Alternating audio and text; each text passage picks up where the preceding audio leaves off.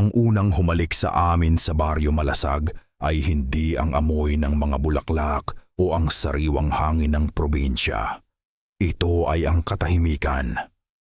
Isang klase ng katahimikan na tila may bigat na kayang bumiyak sa iyong mga eardrum. Namatay ang makina ng tricycle at kasabay nito. Tila namatay din ang lahat ng tunog sa mundo. Itinaas ko ang aking kamera, pilit na ngumiti para sa aking mga manonood. So here we are mga ka-venture. Welcome to Baryo Malasag. Ang atin, ang aming bagong paraiso. Peke ang ngiti, peke ang sigla. Sa likod ng lente, hindi paraiso ang nakikita ko. Kuya, nakakatakot dito. Bulong ni Maya, ang 16 na taong gulang kong kapatid. Kumapit siya sa braso ko. Ang mga mata niya ay malikot na lumilibot sa paligid. Hindi ko siya masisisi. Ang mga bahay na gawa sa kahoy ay tila mga kalansay na nakatayo sa dapit hapon. Ang mga bintanang kapis ay parang mga matang mapuputla, nakatitig sa aming pagdating. Maging ang malaking puno ng balete sa gitna ng plaza ay tila humihinga ng mabagal. Ang mga ugat nitong parang mga litid ay gumagapang sa lupa. May iilang mga taga-baryo na nakatayo sa labas ng kanilang mga tahanan. Hindi sila ngumingiti. Hindi rin sila kumakaway. Nakatitig lang sila. Ang kanilang mga mukha ay walang emosyon na tila sinusuri hindi lang ang aming anyo, kundi pati ang aming kaluluwa. Artistic lang yan, Maya. Rustic vibes, sabi ko. Mas para sa sarili ko kaysa sa kanya. Tara na, naghihintay na si Lola. Ang bahay ni Lola Elara ay nasa dulo ng nayon, katabi mismo ng nagsisimulang hanay ng mga tubuhan. Malaki ito at luma, amoy ng lumang kahoy at isang bagay pa, isang bagay na hindi ko mawari. Bumukas ang pinto bago pa kami kumatok. Si Lola Elara, maliit at kubana sa katandaan, ay ngumiti sa amin. Pero ang ngiti niya ay hindi umabot sa kanyang mga mata. Mga apo ko, sabi niya. Ang boses ay malambing ngunit may kaluskos, tulad ng tuyong dahon. Halikayo, pumasok kayo. Sa loob, mas matindi ang amoy. Amoy ng pinakuluang mga dahon, ng luya, at ng mamasa-masang lupa. Para kang pumasok sa isang puntod. Sityo Ramon Pola? Tanong ko habang binababa ang aming mga gamit. Ang mukha ni Lola ay bahagyang nagdilim. Nasa kanyang silid, nagpapahinga. Pero alam kong hindi iyon totoo. Ang dahilan kung bakit kami umuwi mula sa Maynila. Ang dahilan kung bakit kami iniwan dito ni Mama matapos ang hiwalayan nila ni Papa ay dahil si Tio Ramon ay hindi lang nagpapahinga. Sumunod kami kay Lola sa isang madilim na pasilyo. Bawat hakbang namin sa kawayang sahig ay lumilikha ng isang matinis na tunog. Sa dulo, may isang pinto. Dahan-dahan itong binuksan ni Lola. Ang silid ay halos walang ilaw. Ang tanging liwanag ay mula sa isang maliit na siwang sa bintana. At sa gitna ng dilim, sa ibabaw ng isang lumang papag, nakahiga si Tio Ramon. Dati, siya ang pinakamalakas na barangay tanod sa Malasag. Ngayon, para siyang isang tuyot na sanga. Ang kanyang balat ay kulay lupa at ang kanyang mga kuko ay mahahaba at marumi. Ang kanyang paghinga ay mababaw at may kasamang tunog, parang kumakalansing na bakal. Tio, sabi ni Maya. Dahan-dahang lumapit, biglang gumalaw si Tio Ramon. Dumilat ang kanyang mga mata. Sa dilim, ang mga iyon ay tila nagliliwanag.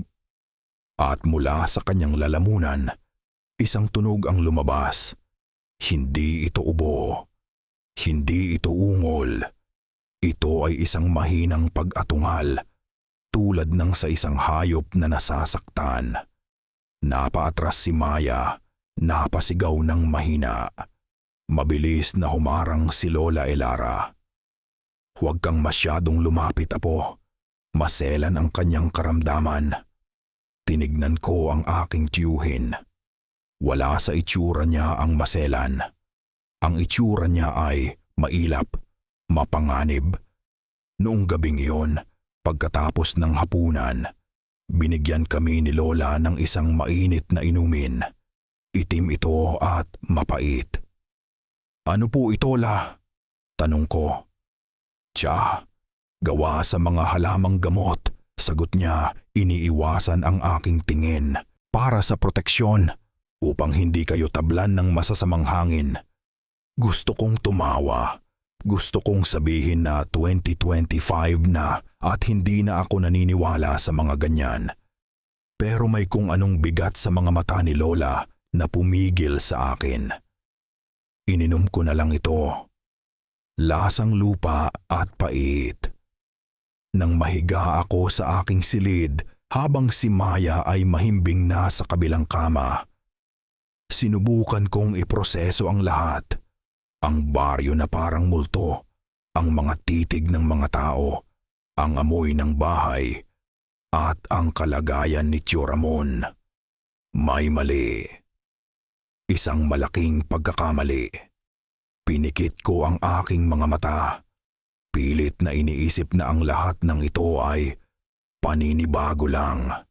Pagod lang sa biyahe. At doon, sa pagitan ng paggising at pagkakatulog, narinig ko ito. Napatigil ako. Isang tunog. Mahina, pero malinaw. "Kaskas! Kaskas!" Galing sa kwarto ni Tio Ramon. Tunog ng mga kuko na kumakaskas sa kahoy. Paulit-ulit. Walang tigil. Sinubukan kong ipikit muli ang aking mga mata. Sinasabi sa sarili ko na guni-guni ko lang iyon. Ngunit habang papalalim ang gabi, papalakas din ito ng papalakas. Kas, kas, kas, kas, kas, kas. Hanggang sa bigla itong napalitan ng isang malakas na kalabog. Napabalikwas ako ng bangon, kasabay ng pagsigaw ni Maya. Mabilis akong tumakbo palabas ng silid, patungo sa pinanggalingan ng ingay. Ang pinto sa kwarto ni Tio Ramon ay nakabukas ng bahagya.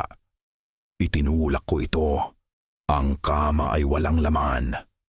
Ang bintana ay wasak, ang mga piraso ng kahoy ay nakakalat sa sahig. At sa ilalim ng maputlang sinag ng buwan na tumatagos sa butas, nakita ko ang mga ito. Mga bakas ng putikang paa.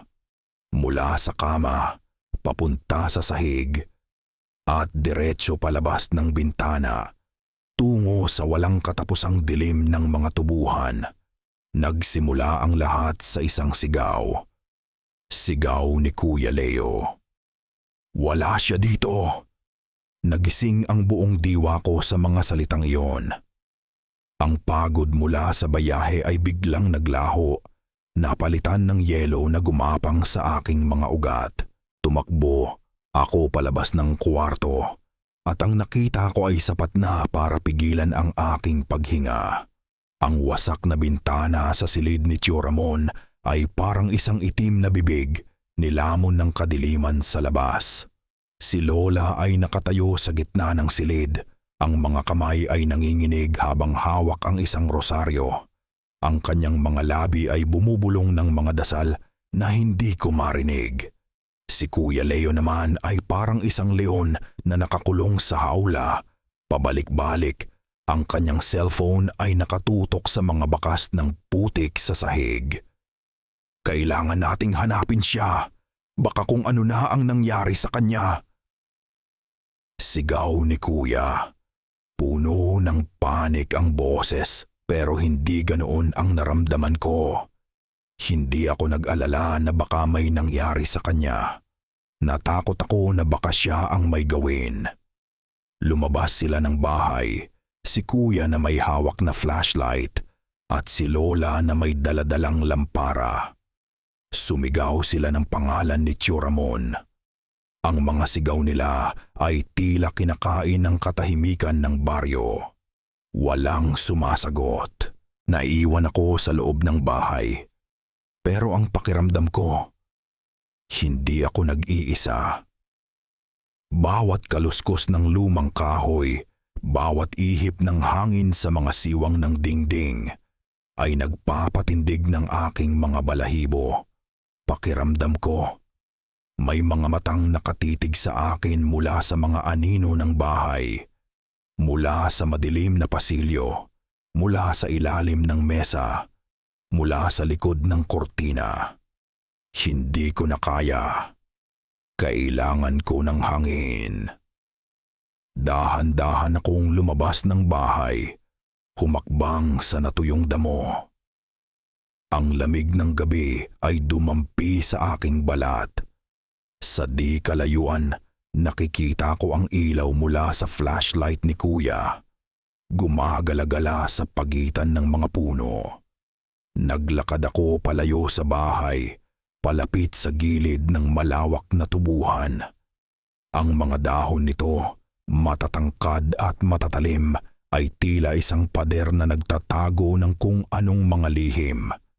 Ang hangin ay humihip at ang mga dahon ay nagsimulang magkaluskusan. Shh! Shh! Shh! Pero hindi lang iyon ang tunog ng hangin. Sa pagitan ng mga kaluskos, may iba pa akong narinig. Isang bulong, mahina, tila hininga lang, pero malinaw sa pandinig ko. Ya! Nanlamig ang aking batok. Napatigil ako sa paghinga. Guni-guni ko lang ba iyon? Ya! Muli, mas malapit na ngayon. Galing ito sa loob ng tubuhan. Hindi lang isa. Maraming boses, nagsasabay-sabay, parang mga ahas na gumagapang sa aking tainga. Sa isang iglap, sa pagitan ng dalawang matatayog na tubo ng asukal, may gumalaw. Isang anino. Mahaba at baluktot. Mabilis itong nawala, pero nakita ko ito. At sinundan pa ng isa. At isa pa, mga aninong sumasayaw sa dilim. Palapit ng palapit sa kinatatayuan ko. Isang malakas na hiyaw ang kumawala sa aking lalamunan. Tumakbo ako pabalik sa bahay. Ang puso ko ay dumadagundong na parang tambol. Isinara ko ang pinto, ikinabit ang trangka, at sumandal dito, habang ang aking katawan ay nanginginig sa takot. Hindi ko alam kung gaano ako katagal na nakatayo doon. Ang sumunod na lang na natandaan ay ang pagbubukang liwayway. Ang sinag ng araw na tumagos sa bintana ay hindi nagdala ng kapanatagan. Bagkus ay lalo lang nitong ipinakita ang gulo at pagod sa loob ng aming bahay. Si Kuya Leo ay nakaupo sa isang silyang kahoy. Ang kanyang mukha ay nakasubsob sa kanyang mga palad. Si Lola naman ay tahimik na nagtitimpla ng kape. Pero ang kanyang mga kamay ay bahagyang nanginginig.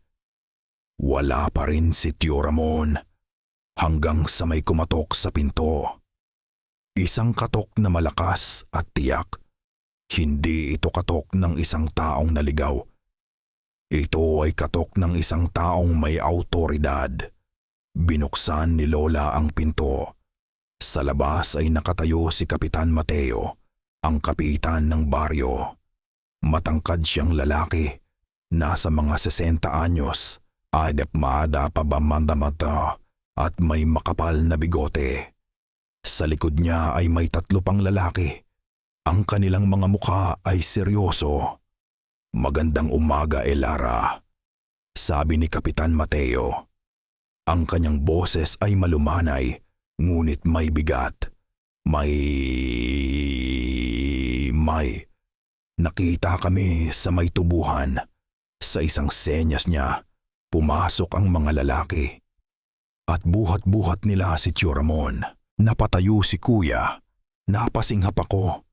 Si Tio Ramon ay walang malay. Ang kanyang katawan ay puno ng putik at mga galos. Ang damit niya ay punit-punit. Ibinaba nila siya ng dahan-dahan sa sahig na kawayan. Saan niyo siya nakita? Tanong ni Kuya Leo. Ang boses ay nanginginig sa pinaghalong galit at ginhawa. Natagpuan lang namin siyang nakahandusay sa gilid ng patubig. Sagot ng kapitan. Hindi tumitingin ng diretso kay Kuya. Mabuti na lang at hindi napahamak. Ang pagmumonang ay mapanganib. Monomang, sleepwalking. Gustong maniwala ni Kuya Leo. Nakita ko ito sa kanyang mga mata. Gusto niyang maniwala sa isang simpleng paliwanag. Pero ako, habang nakatitig sa walang malay na katawan ni Tio Ramon, alam kong hindi iyon ganoon kasimple. Naalala ko ang mga bulong, ang mga anino. Dinala namin si Tio sa kanyang silid at inihiga sa kama. Habang tinutulungan ko si Lola na punasan ang putik sa kanyang mga braso, napansin ko ang punit sa kanyang damit sa may balikat at sa ilalim nito may isang bagay na nagpanlamig sa buong dugo ko. Isang sugat. Pero hindi ito isang ordinaryong sugat o galos. Ito ay bilog at malalim. Ang mga gilid ay nangingitim na para bang paso. At sa gitna, may 2 butas na malalim. Mukha itong kagat. Isang kagat mula sa isang bagay na may mga pangil na hindi pangkaraniwan. Napatingin ako kay Lola. Nakita niya kung saan ako nakatingin. Sa isang mabilis na kilos. Hinila niya ang punit na damit upang takpan ang sugat. Tinitigan niya ako. At sa kanyang mga mata, nakita ko ang isang pakiusap. Isang pakiusap na manahimik. Lumipas ang maghapon na parang isang masamang panaginip. Si Tio Ramon ay hindi nagising pero paminsan-minsan ay umuungol siya at ang kanyang katawan ay binabangungot. Nang dumating muli ang gabi, hindi ako makatulog. Bawat tunog sa labas ay nagpapakaba sa akin. Ang bawat anino ay tila may buhay. Bumangon ako para uminom ng tubig, naglalakad sa madilim na pasilyo na walang ingay. Pagdaan ko sa tapat ng silid ni Tio Ramon, may napansin ako. Isang manipis na sinag ng ilaw na nagmumula sa siwang sa ilalim ng pinto. At mayroon akong narinig. Isang mahinang pag-awit o dasal sa isang lengguwaheng hindi ko maintindihan. Dahil sa takot at kuryosidad, dahan-dahan akong lumapit. Sumilip ako sa maliit na butas ng susian. Ang nakita ko ay nagpakilabot sa akin. Nakatayo si Lola Elara sa tabi ng kama. May hawak siyang maliit na palanggana na may lamang isang maitim na likido na umuusok. Isinasawsaw niya rito ang isang piraso ng tela at ipinupunas sa katawan ni Tio Ramon. Bawat dampi niya ay nagpapaigtad sa aking tiyuhin na tila ba siya ay nasasaktan. Pero ang pinakanagpatigil sa mundo ko ay ang mga salitang ibinulong niya habang ipinupunas ang tela sa mismong kagat sa balikat ni Tio. Ang kanyang boses ay basag, puno ng pagsisisi at kalungkutan. Patawarin mo kami, anak. Hindi ako nakatulog dahil sa mga sinabi ni Maya. Isang ritual, isang itim na likido, isang bulong ng paghingi ng tawad. Sinubukan kong isaksak sa utak ko ang isang lohikal na paliwanag. Baka tradisyonal na panggagamot lang iyon. Baka herbal medicine na hindi pamilyar sa amin na taga-syudad. Baka ang sugat sa balikat ni Tio ay galing sa isang hayop noong gabing nawala siya. Maraming baka. Pero lahat ng iyon ay parang mga band-aid na pinantatapal sa isang malalim at nagnanaknak na sugat. Kinabukasan, isang sigawan mula sa labas ang gumising sa amin. Hindi ito sigaw ng tuwa. Ito ay sigaw ng takot. Kinuha ko ang aking kamera, ang aking kalasag laban sa lahat ng bagay na hindi ko maintindihan, at lumabas ako. Sumunod sa akin si Maya, nakakapit sa laylayan ng aking damit. Isang grupo ng mga taga-baryo ang nagkukumpulan sa gilid ng tubuhan, hindi kalayuan sa aming bahay. Ang kanilang mga mukha ay maputla. Ang iba ay napapa-sign of the cross. Sa gitna nila nakatayo ang isang matandang lalaki. Umiiyak habang nakatingin sa lupa.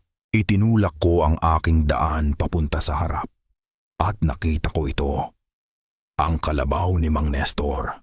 O kung anuman ang natira dito. Nakahandusay ito sa pulang putik. Ang katawan nito ay gutay-gutay. Ang tiyan nito ay bukas. Ang mga laman loob ay nakakalat na parang mga ahas sa lupa. May mga malalalim na kalmot sa tagiliran nito. At ang leeg nito ay halos maputol na sa isang malaking kagat. Ang pinakamalala sa lahat ay ang dibdib nito. May malaking butas doon na para bang may isang bagay na sinungkit ang puso nito mula sa loob. Napaurong ako, muntik ng masuka. Ang amoy ng dugo at kamatayan ay nakakasulasok sa hangin ng umaga. Aswang! Narinig kong bulong ng isang babae. Nandito na naman siya. Mabilis kong itinaas ang aking kamera at nagsimulang mag-record. Mga ka-venture, isang trahedya ang nangyari dito sa baryo. Sabi ko, pilit na pinapakalma ang aking boses. Isang kalabaw ang natagpo ang patay. Ang sabi ng iba, inatake daw ito ng mga ligaw na aso. Hindi aso ang gumawa niyan, iho. Sabi ng isang matandang lalaki, matalim ang tingin sa akin. Alam nating lahat kung ano ang may gawa niyan. Hindi ko sila pinansin. Naglakad ako palibot sa kalabaw, naghahanap ng ebidensya.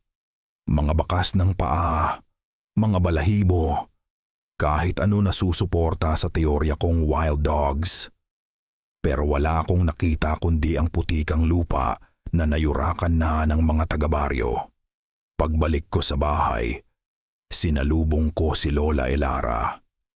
Dala-dala niya ang isang palangganang may lamang mga dahon. Ang mga mata niya ay malungkot. La, nakita niyo ba? Yung kalabaw, tanong ko. Tumangulang siya. At nakita rin ni Maya ang ginawa niyo kagabi. Diretsahan kong sinabi. Anong ritual iyon? Anong pinapahid niyo kay Tio Ramon? Itinigil ni Lola ang kanyang ginagawa at hinarap ako. Sa unang pagkakataon, nakita ko ang galit sa kanyang mga mata. May mga bagay na hindi mo dapat pinakikialaman, Leonardo. Mga bagay na mas matanda pa sa siyensya mo. Ang ginagawa ko ay para protektahan ang pamilyang ito. Protektahan? O itago ang katotohanan? Giit ko. Ano ba talaga ang nangyari kay Tio? Anong sakit niya? Hindi ito sakit na kayang ipaliwanag ng mga doktor mo sa Maynila. Sabi niya, ang boses ay mariin. Umalis ka na. Huwag mo nang guluhin ang ginagawa ko. Tinalikuran niya ako. Naiwan akong nakatayo doon, puno ng pagkadismaya. Kailangan ko ng mga sagot. Mga totoong sagot. Nang hapong iyon, nakita ko si Kapitan Mateo na nag-iinspeksyon sa lugar ng krimen. Nilapitan ko siya, naka-on ang aking kamera. Kapitan, isang interview lang po sana para sa vlog ko. Sabi ko sa pinakamagalang na paraan tungkol sa mga kwento-kwento dito sa baryo. Tungkol sa aswang. Ngumiti si Kapitan Mateo, isang nangiting pangpolitiko. Ang aswang, isang magandang kwentong bayan. Ginagamit ng mga ninuno natin para takutin ang mga bata upang hindi sila magpagalagala sa gabi. Ipinaliwanag niya ang alamat na parang nagbabasa ng isang libro ng mga bata.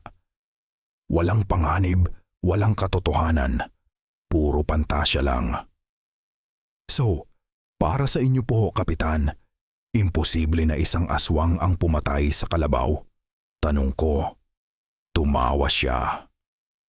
Iho, mas maniniwala pa ako na tinamaan ng kidlat ang kalabaw na iyon kaysa sa isang aswang. Mga asong gubat lang iyan. Huwag kang mag-alala. Aaksyonan natin ito. Pero habang nagsasalita siya, napansin ko ang isang bagay sa kanyang mga mata. Isang kislap na nagsasabing alam niyang nagsisinungaling siya. Hindi ako makukumbinsi ng mga kwentong bayan o ng mga pampulitikong sagot. Kailangan ko ng matibay na ebidensya, isang bagay na hindi nila maitatanggi. Noong gabing iyon, habang ang lahat ay natutulog, may ginawa ako. Kinuha ko ang maliit na security camera na lagi kong dala para sa aking mga gamit. Mas maliit pa ito sa isang holen. Walang ilaw, walang tunog. Dahan-dahan akong pumasok sa silid ni Tio Ramon. Ang paghinga niya ay malalim at garalgal. Ang amoy ng mga pinakuluang dahon at lupa ay mas matindi ngayon. Mabilis kong ikinabit ang kamera sa isang siwang sa dingding na kawayan, sa isang sulok na hindi mapapansin. Tiyak na nakatutok ito sa bintana at sa kama. Bumalik ako sa aking silid at ikinonekta ang live feed sa aking laptop. Oras-oras akong naghintay. Walang nangyari. Tanging ang marahang pagtaas at pagbaba ng dibdib ni Tio Ramon. Naisip ko na baka nasasayang lang ang oras ko. Baka tama sila. Baka praning lang ako. Mag-aalas 2 na ng madaling araw nang ako ay napapikit dahil sa antok. At doon ito nangyari. Sa screen ng aking laptop, gumalaw si Tio Ramon. Hindi ito isang normal na paggalaw ng isang taong natutulog. Ito ay biglaan at marahas. Umupo siya ng diretso sa kama, ang kanyang katawan ay naninigas. Pinanood ko. Ang aking puso ay nagsimulang tumibok ng mabilis. Itinaas ni Tio Ramon ang kanyang kanang braso. Tinitigan niya ito. At pagkatapos, sa isang kilos na nagpaduwal sa akin, hinawakan niya ang kanyang balikat gamit ang kaliwang kamay at hinila. Isang nakakakilabot na tunog ng pagbali ng buto ang umalingaw-ngaw kahit sa maliit na speaker ng aking laptop. Crack. Napasinghap ako. Tinakpan ang aking bibig upang pigilan ang isang sigaw. Pinanood ko ng may panginginig habang ang balikat ni Tio Ramon ay na-dislocate. Ang kanyang braso ay lumundo sa isang anggulong imposible para sa isang normal na tao. Ngunit hindi pa siya tapos. Ginawa niya ang parehong bagay sa kanyang kaliwang balikat. Crack. Pagkatapos ay sa kanyang kanang balakang. Crack. At sa kaliwang tuhod. Crack. Para siyang isang manika na binabali ang sarili niyang mga kasukasuan. Ang bawat tunog ay isang martilyo na pumupukpok sa aking bait. Ang kanyang katawan ngayon ay tila walang buto, malambot at nababaluktot. At pagkatapos, gumapang siya. Hindi ito paggapang ng isang tao. Gumapang siya pababa mula sa kama, tulad ng isang gagamba. Mabilis at tahimik. Ang kanyang mga braso at binti ay nakabaluktot sa mga maling direksyon. Ang kanyang ulo ay nakapihit sa isang anggulo na dapat ay bali na ang kanyang leeg. Ang kanyang mga mata, kahit sa black and white na imahe ng kamera, ay dalawang nagniningning na tuldok sa dilim. Gumapang siya ng diretso patungo sa wasak na bintana. Ang kanyang katawan ay halos dumaloy na parang likido upang magkasya sa maliit na siwang. Sa isang huling paggalaw, ipinasok niya ang kanyang ulo at sa isang iglap, nawala na siya sa kadiliman ng gabi. Nakatitig ako sa screen, hindi makagalaw. Ang tanging natira sa silid ay ang walang lamang kama at ang katahimikan. Pero alam ko, napanood ko. Ang ebidensyang hinahanap ko ay hindi isang bakas ng paa o isang piraso ng balahibo. Ang ebidensya ay ay ang mismong bangungot na nasaksihan ko. Isinara ko ang laptop. Ang pag-aalinlangan sa aking isipan ay naglaho. Napalitan ng isang bagay na mas malala. Isang bagay na malamig at mabigat. Takot. Purong hindi lasaw na takatakot. Dahil ngayon, alam ko na hindi na ito isang tanong kung ano ang may sakit si Tio Ramon. Ang tanong ay, sino ang kanyang susunod na biktima? Hindi na ako kumatok, walang pag-iingat, walang paggalang. Itinulak ko ang pinto ng kusina kung saan naroon si Lola Elara. Nag-aayos ng mga halamang gamot sa isang bilao. Sa pagbukas ng pinto, ang tunog ng aking paghinga ay tila isang bagyo sa katahimikan ng umaga. Itinaas niya ang kanyang ulo. Ang mga mata niya, laging puno ng kalungkutan, ay napalitan ng gulat. Inilapag ko ang laptop sa ibabaw ng lamesa. Binalibag ito ng may puwersa. Ang tunog ay nagpatalon sa kanya. Binuksan ko ito at pinindot ang play. Hindi ko na kailangang sabihin pa. Pinanood niya ang video. Pinanood niya ang kanyang sariling anak na binabali ang sarili nitong mga buto. Pinanood niya itong gumapang na parang isang halimaw palabas ng bintana. Sa bawat crack ng buto sa video, nakikita ko ang isang bagay na nabibiyak din sa loob niya. Nang matapos ang recording, walang nagsalita. Ang tanging maririnig lang ay ang mahinang huni ng mga kuliglig sa labas at ang tibok ng puso ko sa aking mga tainga. Ngayon, sabi ko, ang boses ko ay halos pabulong ngunit puno ng bigat na hindi ko alam na kaya kong dalhin. Ipaliwanag niyo sa akin, Lola. Ano siya? Yumuko si Lola Elara. Ang kanyang mga balikat ay gumuho na parabang ang bigat ng lahat ng mga taon ng kanyang paglilihim ay bumagsak sa kanya sa isang iglap. Nagsimulang manginig ang kanyang mga kamay. At pagkatapos, ang mga luha na matagal na niyang itinatago ay nagsimulang tumulo, isa-isa, sa ibabaw ng mga tuyong dahon sa bilao. Hindi bulong niya. Basag ang boses, kundi sino? Siya pa rin si Ramon, ang anak ko. Sumiklab ang galit sa aking dibdib. Anak? Lola, nakita niyo ba yun? Hindi iyon tao. Dahil kinukuha na siya sa atin. Sigaw niya pabalik. Ang kanyang boses ay puno ng sakit at pighati.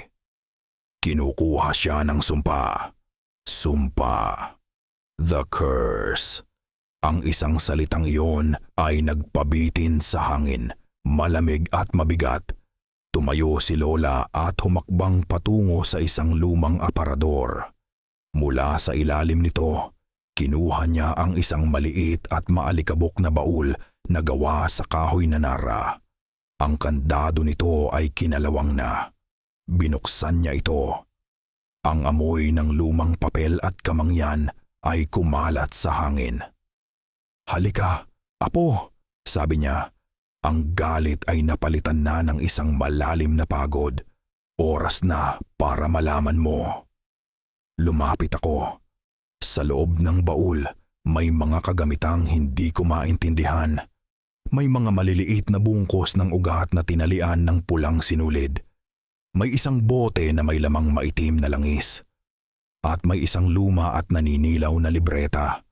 Pero ang unang kinuha niya ay isang litrato. Kupas na ito at may mga tupi sa gilid. Ipinakita niya ito sa akin. Sa litrato, may isang lalaking nakangiti.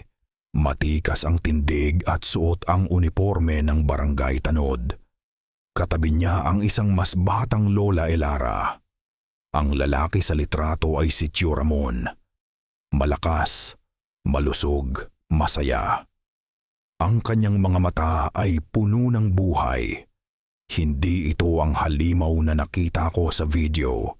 Ito ang tiyuhin ko. Ang iyong Tio Ramon, sabi ni Lola. Hinahaplos ang litrato. Siya ang tagapagtanggol ng baryong ito. Walang kinatatakutan. Maliban sa isa. Itinuro niya ang isa pang bagay sa bahay yama. Sa loob ng baul, isang bagay na nakabalot sa isang piraso ng itim na tela. Dahan-dahan niyang inalis ang balot. Sa loob nito ay isang pangil. Mahaba, matulis, at naninilaw sa katandaan. Ang sumpa ng ating pamilya, Leo, bulong ni Lola. Isang utang na dugo na ilang henerasyon nang hindi nababayaran. Ikinuwento niya ang lahat. Isang kwento na mas matanda pa sa baryo mismo. Ikinuwento niya ang tungkol sa isang ninuno na gumawa ng isang kasunduan sa isang makapangyarihang nilalang sa lupaing ito kapalit ng masaganang ani at proteksyon. Ngunit ang kasunduan ay may kapalit, isang buhay mula sa bawat henerasyon, isang alay.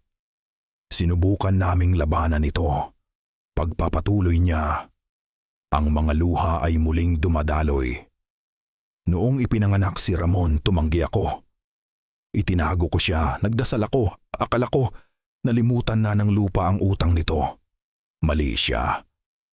Ang aksidente niya sa tubuhan 10 taon na ang nakakaraan, sabi ko, biglang naunawaan.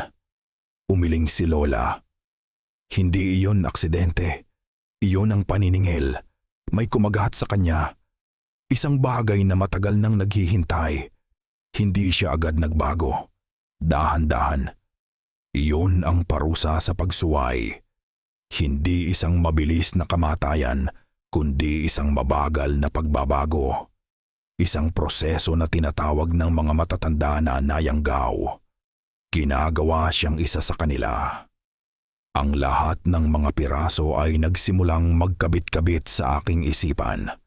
Ang pag-iwas ng mga taga-baryo. Ang kakaibang ugali ni Kapitan Mateo. Ang ritual ni Lola. Ang lahat ng ito ay bahagi ng isang malaking nakakatakot na larawan.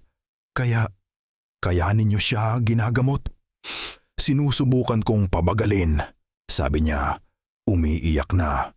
Sinusubukan kong labanan ang lason sa loob niya. Pero lumalakas ito, Leo. Bawat gabi, mas malakas ito kaysa sa akin. Hinawakan niya ang aking mga kamay. Ang kanyang mga palad ay malamig at nanginginig. Tumingin siya sa akin.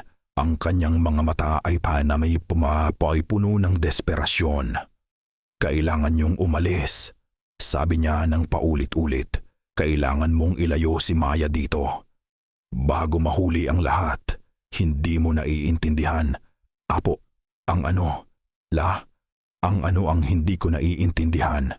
Tumingin siya sa akin. Ang takot sa kanyang mukha ay isang bagay na hinding-hindi ko malilimutan. Isang dalisay na takot na nagmumula sa kaibuturan ng kaluluwa. Ang uhaw niya sa dugo, bulong niya. Ang bawat salita ay isang patak ng lason ay magsisimula sa sarili niyang laman at dugo. Kasabay ng pagbitaw niya sa mga salitang iyon, isang matinis na sigaw ang pumunit sa katahimikan ng umaga. Isang sigaw na puno ng purong takot. Isang sigaw na kilalang kilala ko. Galing ito sa silid tulugan. Sigaw ni Maya. Ang sigaw na iyon ay parang isang kidlat na tumama sa aking gulugod. Sa isang iglap, ang kwento ni Lola, ang sumpa, ang pangil, lahat ng iyon ay nawala. Ang tanging natira ay ang sigaw ng aking kapatid. Tumakbo ako. Hindi ko na ininda ang mga nabunggo kong kung igong kong upuan o ang pagkadapa ko sa pasilyo. Si Kuya Leo ay nasa likuran ko, sumisigaw din ng pangalan ko. Pero nauna ako. Itinulak ko ang pinto ng aming silid at ang mundo ko ay huminto. Sa loob ng ilang segundo, ang aking utak ay tumangging iproseso ang aking nakikita. Ito ay isang eksena mula sa isang bangungot na hindi mo alam kung paano ka napunta. Nakahiga ako sa kama. Pero hindi ako nag-iisa.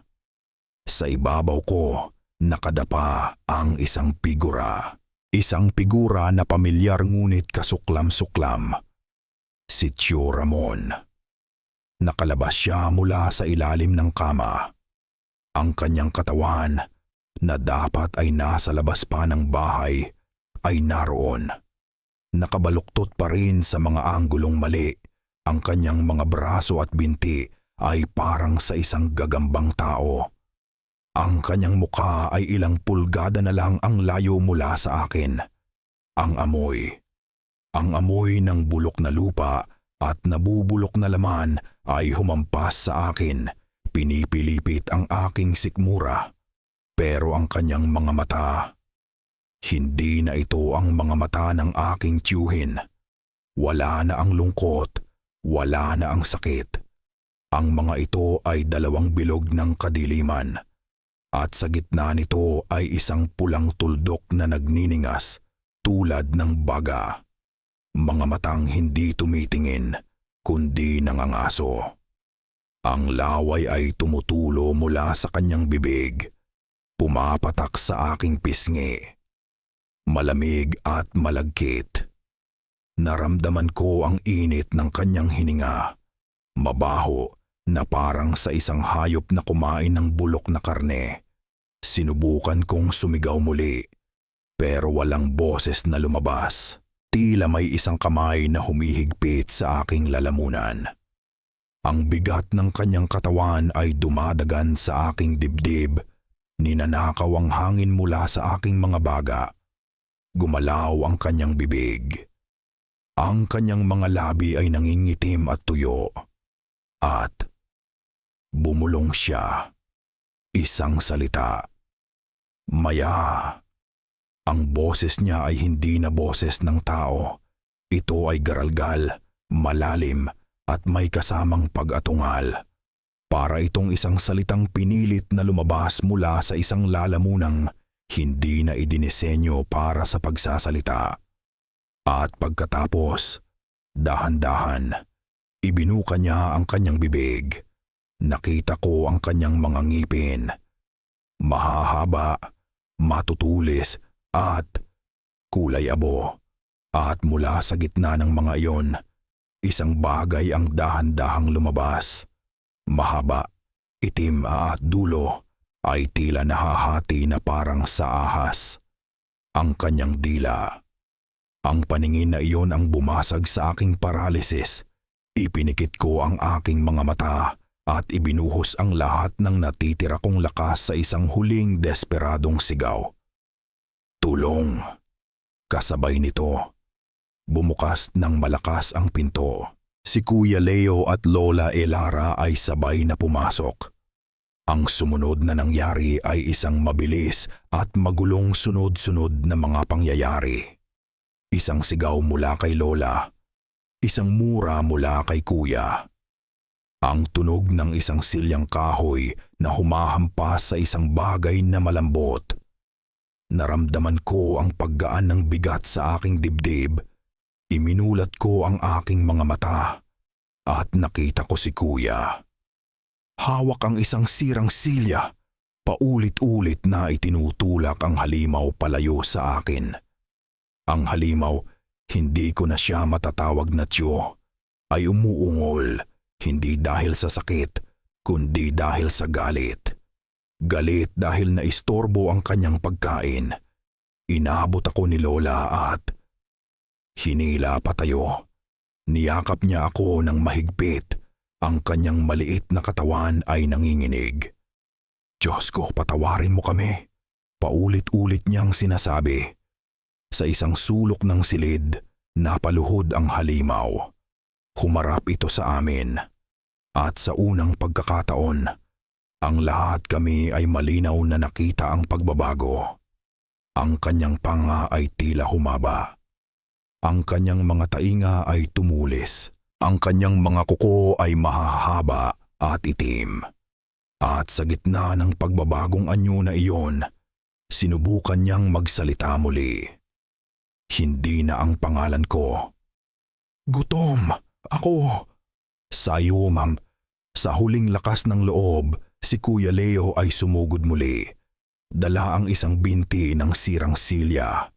Hinampas niya ito sa ulo. Ang tunog ay parang paghampas sa isang matigas na bunga ng niyog. Ang halimaw ay umaray at sa wakas bumagsak sa sahig, walang malay. Nakatayo kaming tatlo sa silid, humihingal, napapaligiran ng katahimikan na mas nakakatakot pa kaysa sa mga sigaw. Tumingin ako kay Kuya. Ang dating mapag-alinlangan niyang mga mata ay puno na ngayon ng parehong takot na nakikita ko sa salamin. Wala nang tanong, wala nang pagdududa. Tinanggap na niya ang katotohanan. Si Lola ay tumakbo at kumuha ng isang makapal na lubid na abaka mula sa isang baul. Sa tulong ni Kuya, itinali nila ang walang malay na katawan ni Tio Ramon. Ang mga kamay, ang mga paa, ang buong katawan. Itinali nila siya na parang isang hayop na dadalhin sa katayan. Habang hinihigpitan nila ang huling buhol, nagsimulang umungol muli si Tio Ramon. Hindi pa rin gising ngunit ang kanyang katawan ay nagpupumiglas laban sa lubid. At sa gitna ng kanyang mga ungol, isang salita ang paulit-ulit na namumutawi sa kanyang mga labi. Isang bulong na mas nakakatakot kaysa sa anumang sigaw. Maya, Maya, Maya. Nang matapos sila, lumapit sa akin si Kuya Leo. Hinawakan niya ang aking mga balikat at tinitigan ako. Ang kanyang mga mata ay desperado. Ayos ka lang? Sinaktan ka ba niya? Umiling lang ako. Walang sugat sa aking katawan. Pero naramdaman ko ang isang bagay na malamig at marumi na naiwan sa loob ko. Isang lason na gumagapang sa aking kaluluwa. Kasabay ng pagtango ko. Isang mahinang tunog mula sa labas ang pumukaw sa aming pansin, isang tunog ng mga yabag. Hindi lang isa. Marami. Dahan-dahan kaming lumapit sa bintana. Maingat na sumilip sa siwang ng kurtina. Ang araw ay sumisikat na. Ang liwanag nito ay kulay kahel at rosas. Ngunit ang tanawin sa ibaba ay hindi maganda. Sa labas ng aming bahay, sa aming bakuran, nakatayo ang mga taga-baryo. 10, 20, marahil ay 50 tao. Lahat ng kalalakihan ng baryo Malasag, nakatayo sila roon, tahimik, ang kanilang mga mukha ay hindi mabasa sa dilim ng umaga. Ang bawat isa ay may hawak na sandata. Ang iba ay may itak, ang iba mo may mga kabababay, may mga sibat na gawa sa kawayan. Ang iba ay may mga sulong nagniningas. At sa pinakaharap, namumuno sa kanila, ay si Kapitan Mateo. Hindi sila naparito para tumulong. Hindi sila naparito para mag-usisa. Naparito sila para magbantay. Para siguruhin na ang halimaw sa loob ng bahay na ito ay hindi makakatakas. Para siguruhin na ang pamilyang isinumpa ay mananatili sa loob ng kanilang kulungan. Napatingin ako kay Kuya. at pagkatapos ay kay Lola. Ang katotohanan ay lumapag sa aming lahat na parang isang malamig na tabing. Hindi lang kami nakakulong kasama ng isang halimaw. Kami ay nakakulong sa isang baryo na puno ng mga demonyo. Ang unang ginawa ko ay ang ginagawa ng kahit sinong modernong tao kapag nahaharap sa isang sitwasyong hindi niya kontrolado. Dinukot ko ang aking cellphone. Nanginginig ang aking mga daliri habang pinipindot ko ang numero ng pulis, 117. Isang numero na nangangako ng tulong ng sibilisasyon, ng isang mundong may batas at kaayusan. Idinikit ko ang telepono sa aking tainga. Walang dial tone. Tumingin ako sa screen. Ang mga salitang nakasulat doon ay mas nakakatakot kaysa sa anumang halimaw. No service. Sinubukan ko uli. Wala. Sinubukan kong tawagan si Mama. Wala. Internet. Wala. Para kaming nasa loob ng isang bote na itinapon sa gitna ng karagatan. Walang makakarinig sa aming sigaw. Pinutol nila. Bulong ko. Ang pait ay gumuhit sa aking lalamunan. Pinutol nila ang linya. Hindi nila pinutol, Leo. Sabi ni Lola. Ang kanyang boses ay pagod na pagod. Nakatayo siya sa tabi ng bintana. Nakatanaw sa hukbong nagbabantay sa amin. Walang linya dito na puputulin. Ang baryo na ito ay sadyang hiwalay sa mundo. Ang katotohanan iyon ay lumubog sa akin na parang isang bato. Hindi kami basta-basta nawalan ng signal. Kami ay nasa isang lugar kung saan ang tulong ay hindi kailanman darating. Sa labas, gumalaw ang mga tao. Nagbigay sila ng daan na parang mga alon na humahati para sa kanilang hari. Mula sa gitna, naglakad si Kapitan Mateo. Papalapit sa aming bahay. Wala na siyang dalang bolo o sulo. Ang dala niya ay isang awtoridad na mas matalim pa sa anumang itak.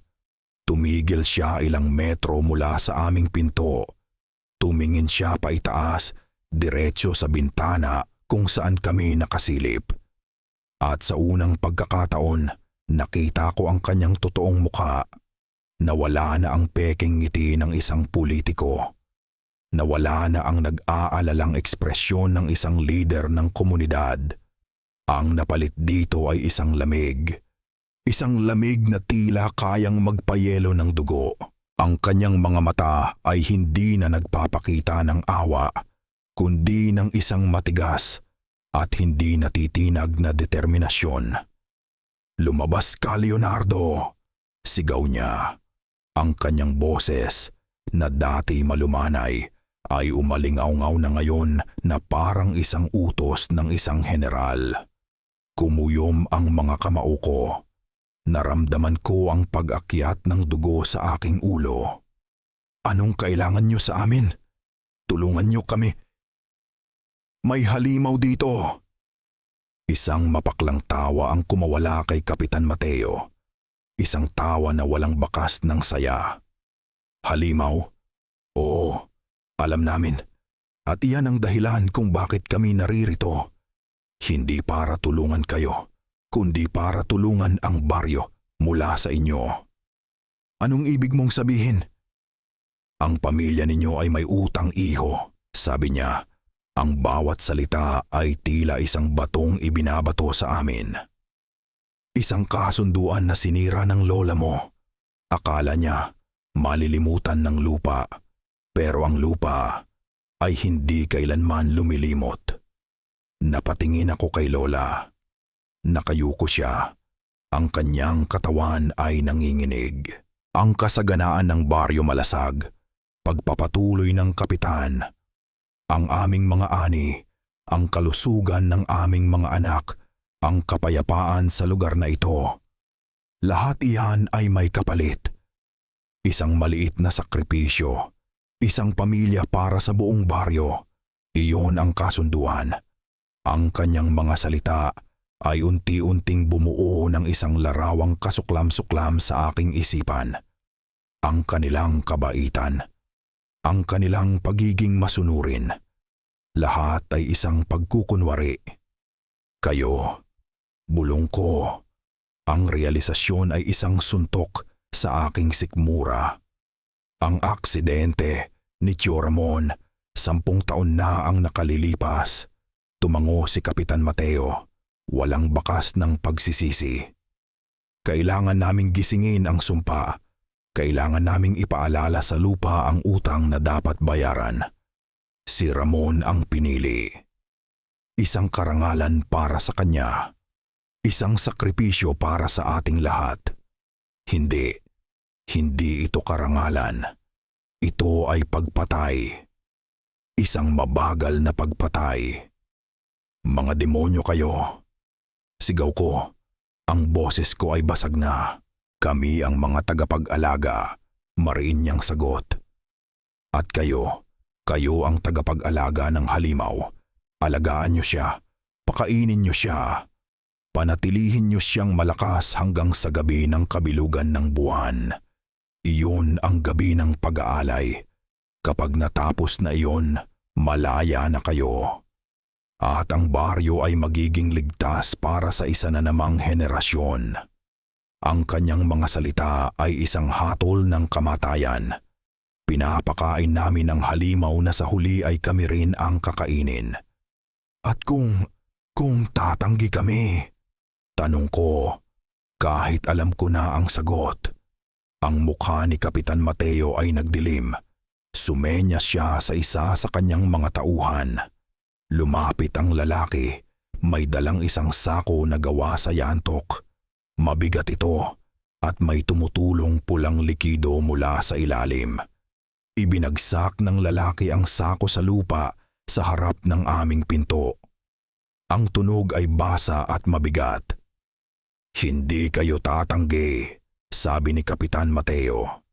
Sa isang sipa, itinumba niya ang sako. Gumulong palabas ang laman nito. Isang malaki, nagdurugo at pumipintig pa ang puso ng kinalas na kalabaw. Pakainin niyo siya, utos ni Kapitan Mateo. Ang kanyang boses ay malamig na parang bakal. Itinuro niya ang puso gamit ang kanyang nguso. Kung hindi, pagpapatuloy niya, itinaas ang kanyang tingin at tinitigan ako ng diretso sa mata. Kayo ang isusunod niya. Walang sino man sa amin ang gumalaw para kunin ang puso.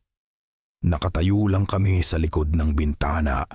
Pinapanood itong magkalat ng dugo sa lupa na parang isang masamang paalala ng aming sitwasyon. Ang mga langaw ay nagsimula ng dumapo dito. Si Kapitan Mateo at ang kanyang mga tauhan ay hindi umalis. Nanatili sila sa kanilang mga pwesto, isang pader ng mga katawan at sandata. Tinitiyak na wala kaming pagpipilian. Sa loob ng bahay, ang katahimikan ay mas mabigat pa kaysa sa puso ng kalabaw. Binasag ito ng isang mahinang tunog, isang pag-ungol. Galing ito sa silid kung saan nakatali si Tio Ramon. Narinig din ito ng mga tao sa labas. Nakita ko silang nagkatinginan. Ang ungol na iyon, hindi na ito ungol ng isang tao. Ito ay isang tunog ng purong primal na gutom. Hindi, bulong ni Kuya Leo. Nakatingin sa akin. Ang kanyang mukha ay maputla. Hindi natin gagawin yan. Wala tayong pagpipilian, sagot ko. Tiningnan niya ako na parabang isa akong halimaw. Siguro nga, sa baryong ito, ang linya sa pagitan ng tao at halimaw ay malabo na. Ngunit si Lola Elara ang gumalaw. Naglakad siya palayo sa bintana, ang kanyang pagod na mukha ay napalitan ng isang bagay na hindi ko pa nakikita sa kanya dati. Isang matigas na determinasyon. Ang kanyang mga mata na laging puno ng luha ay tuyo na ngayon at nagniningas na parang mga baga. Mayroon, sabi niya, ang kanyang boses ay mahina ngunit matatag. Mayroon pa tayong isang pagpipilian. Naglakad siya patungo sa lumang baul kung saan niya itinago ang mga gamit ng aming pamilya.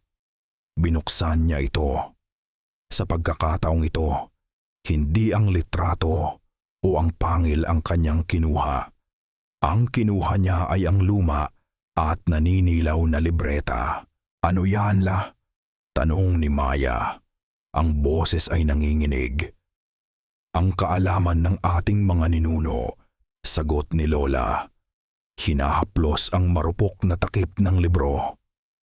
Mga dasal, mga ritual, mga paraan para lumaban. Hindi lang para magpagaling, kundi para magpalayas. Itinuro niya ang nakataling katawan ni Tio Ramon. Ang nasa loob niya ay hindi lang gutom. Ito ay isang demonyo, isang espiritu ng lupa na naniningil ng utang. At ang tanging paraan para bayaran ang utang na ito nang hindi ibinibigay ang hinihingi nito ay ang mag-alay ng ibang bagay. Sa mga sandaling iyon, isang alaala ang bumalik sa kanya. Nakita ko ito sa kanyang mga mata. Isang alaala mula sa kanyang kabataan. Huwag mong kalimutan, Elara, sabi ng kanyang ina, habang itinatali ang isang anting-anting sa kanyang leeg. Ang dugo ay binabayaran ng dugo, pero ang isang madilim na kaluluwa ay maaring palitan ng isang handog na mas dalisay. May isang ritual. Pagpapatuloy ni Lola, ibinabalik ang kanyang sarili sa kasalukuyan. Isang mapanganib na ritual. Hindi ko ito kailanman sinubukan. Itinuro ito sa akin ng aking ina para lang daw sa pinakamatinding pangangailangan. Gagawin natin yan, sabi ni Kuya Leo. Walang pag-aalinlangan. Umiling si Lola. Hindi ninyo naiintindihan. Ang ritual na ito ay nangangailangan ng lakas na halos wala na ako at nangangailangan ito ng bayad. Inilatag niya ang plano. Kailangan nilang gumawa ng isang bilog ng proteksyon gamit ang asin at abo mula sa isang sinunog na sanga ng puno ng balete. Sa loob ng bilog, kailangan nilang ilagay si Tio Ramon at doon, susubukan ni Lola na tawagin ang demonyo. Ihiwalay ito mula sa katawan ng kanyang anak at itali ito sa ibang bagay. Pero saan natin ito itatali? Tanong ko. Kinuha ni Lola ang pangil mula sa baul. Dito, sa mismong pinagmulan ng sumpang ito. Ibinigay niya sa amin ang aming mga gawain. Si Kuya Leo ang kumuha ng asin at abo. At iginuhit ang isang malaking bilog sa gitna ng sala. Ako at si Maya ang naghanda ng mga halamang gamot, bawang, luya, at isang ugat na tinatawag na dita, na may mapait na amoy. Inihanda namin ang mga ito ayon sa turo ni Lola. Dinidikdik sa isang lumang lusong. Habang naghahanda kami, ang mga ungol mula sa kabilang silid ay palakas ng palakas. At ang katawan ni Tio Ramon ay nagsimulang magwala. Hinahampas ang sarili sa sahig, sinusubukang makawala sa mga lubid. Bilisan ninyo, sigaw ni Lola. Nararamdaman niya ang ginagawa natin. Nagagalit siya. Sa gitna ng paghahanda, hinila ako ni Lola sa isang tabi. Ibinigay niya sa akin ang isang maliit at matulis na kutsilyo na gawa sa buto. Ang hawakan nito ay makinis na sa katagalan. Ano to, La? Ito ang bagnos, bulong niya. Ginamit ito ng ating mga ninuno para sa pag-aalay. Kung hindi gumana ang ritual, kung ang demonyo ay masyadong malakas, kailangan mong gamitin ito. Tinitigan ko siya, hindi maintindihan. Itali mo ang demonyo sa katawan ni Ramon, sabi niya. Ang mga luha ay nagsimula na namang mamuo sa kanyang mga mata. Putulin mo ang koneksyon niya sa sumpa. Sa pamamagitan nito, hindi na siya magiging isang aswang na gutom. Magiging isa na lang siyang demonyong nakakulong sa isang katawan, at ang isang demonyong nakakulong ay maaaring patayin. Ang ibig niyang sabihin ay lumubog sa akin na parang lason. Kung mabigo ang ritual, ang huling pagpipilian ay patayin si Tio Ramon. Patayin ang sarili naming kadugo para pigilan ang mas malaking kasamaan. Hindi ko kaya, La. Kakayanin mo, sabi niya. Hinawakan ang aking pisngi. Dahil ikaw ang panganay. At kailangan mong iligtas ang kapatid mo. Nang handa na ang lahat, pumasok kami sa silid para kunin si Tio Ramon. Ang kanyang mga mata ay dilat na dilat at ang kanyang bibig ay bumubula. Nagpupumiglas siya ng may lakas na hindi pang tao. Kinailangan namin ni Kuya Leo ang lahat ng aming lakas para lang kaladkarin siya papunta sa gitna ng bilog na asin. Pagkalagay namin sa kanya sa gitna, tumingin ako sa labas. Ang buwan na halos bilog na ay nagsisimula ng sumikat sa kalangitan. Ang kulay nito ay maputla. Hawak ang libreta sa isang kamay at isang bungkos ng mga umuusok na dahon sa kabila. Lumuhod si Lola Elara sa gilid ng bilog. Pumikit siya at nagsimulang magdasal sa isang sinaunang wika. Wala na tayong oras. Bulong niya, hindi sa amin, kundi sa mga espiritu. Ang bakunawa ay darating upang kunin ang kanyang pag-aari. Ang unang senyales ay hindi isang tunog, kundi isang katahimikan. Ang walang katapusang huni ng mga kuliglig at palaka sa labas ay biglang huminto. Lahat ng sabay-sabay. Na para bang isang higanting kamay ang bumaba mula sa langit at pinigil ang paghinga ng buong baryo. Ang katahimikan na naiwan ay hindi payapa. Ito ay mabigat, nagbabanta, at puno ng hinihintay na panganib. Nandito na siya. Bulong ni Lola Elara. Hindi binubuksan ang kanyang mga mata. Patuloy siya sa kanyang pagdarasal. Pero ang kanyang boses ay nanginginig na ngayon. Pagkatapos ng katahimikan, dumating ang tunog. Snap! Ang tunog ng isang makapal na lubid na abaka na napuputol. Napatingin kaming lahat ni Maya sa gitna ng bilog na asin. Ang isa sa mga lubid na nakatali sa braso ni Tio Ramon ay naputol, na para bang ito ay isang manipis na sinulid lamang. Snap! Snap! Dalawa pang lubid, ang mga nakatali sa kanyang mga binti. Si Tio Ramon ay dahan-dahang umupo sa gitna ng bilog. Ang kanyang ulo ay nakayuko, ang kanyang mahabang buhok ay tumatakip sa kanyang mukha. Kuya, sabi ni Maya, ang kanyang boses ay isang takot na bulong. Hinawakan niya ang aking braso ng napakahigpit. Ang kanyang mga kuko ay bumaon sa aking balat. Snap! Ang huling lubid. Ang nakapulupot sa kanyang dibdib. Malaya na siya.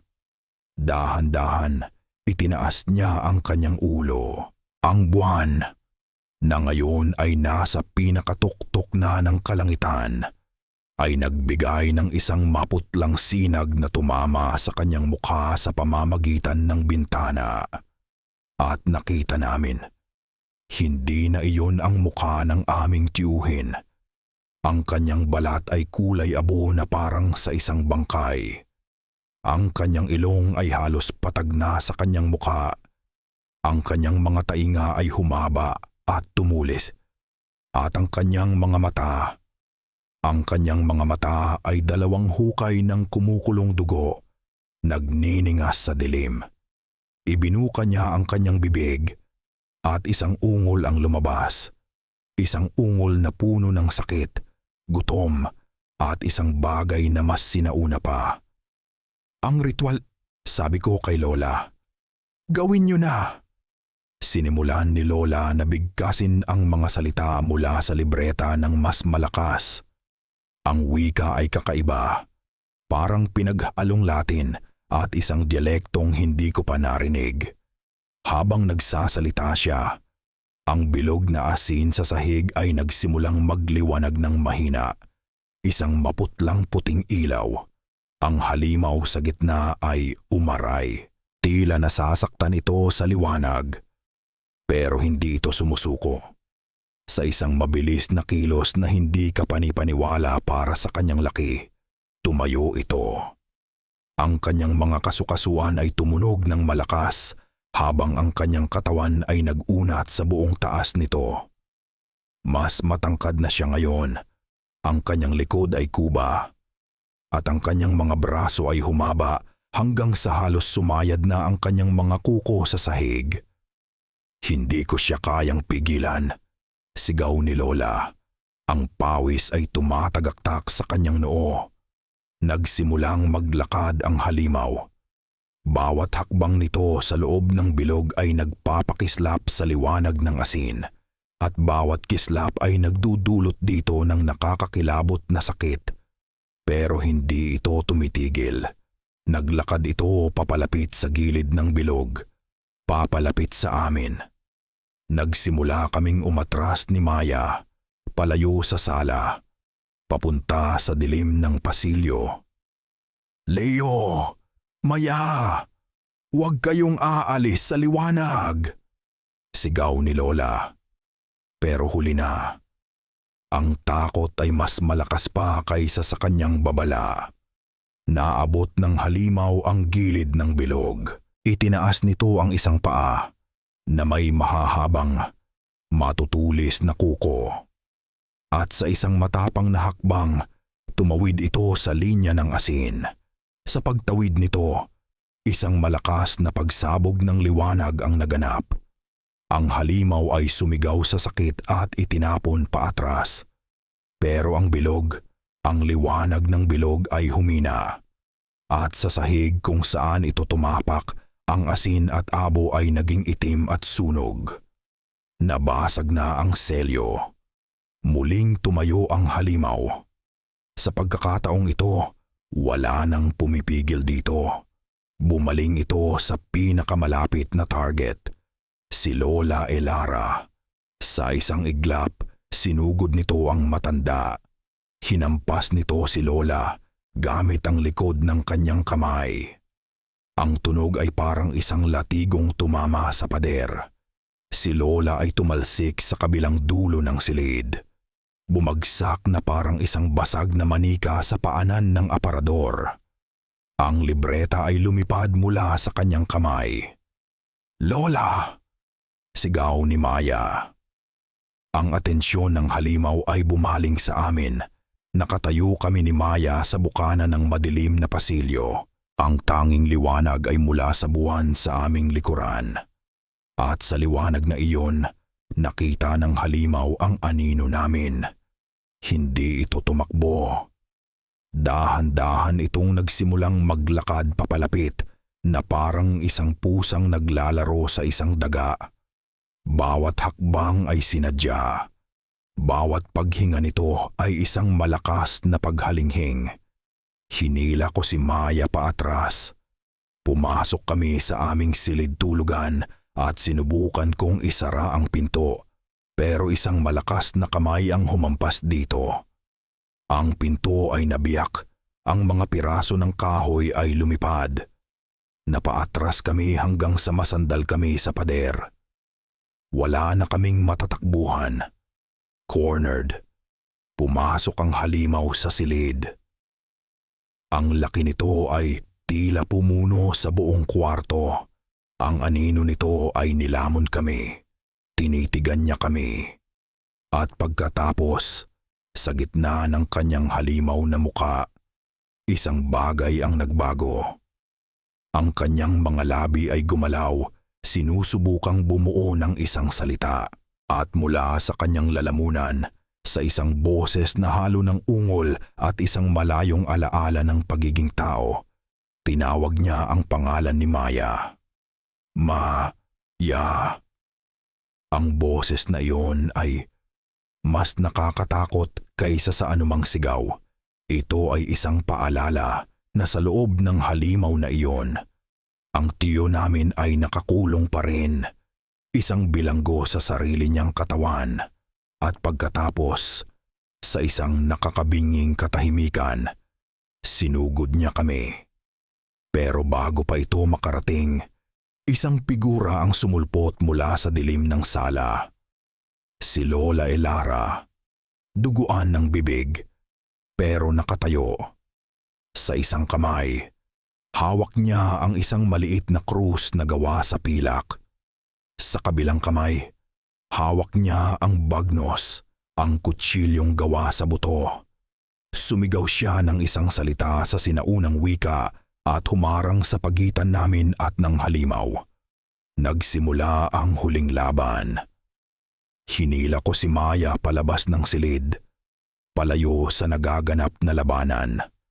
Ang tanging naririnig namin ay ang mga sigaw ni Lola sa pagdarasal at ang mga atungal ng halimaw sa galit at sakit. Kailangan nating lumabas! Sigaw ko. Tumakbo kami papunta sa pinto sa harapan.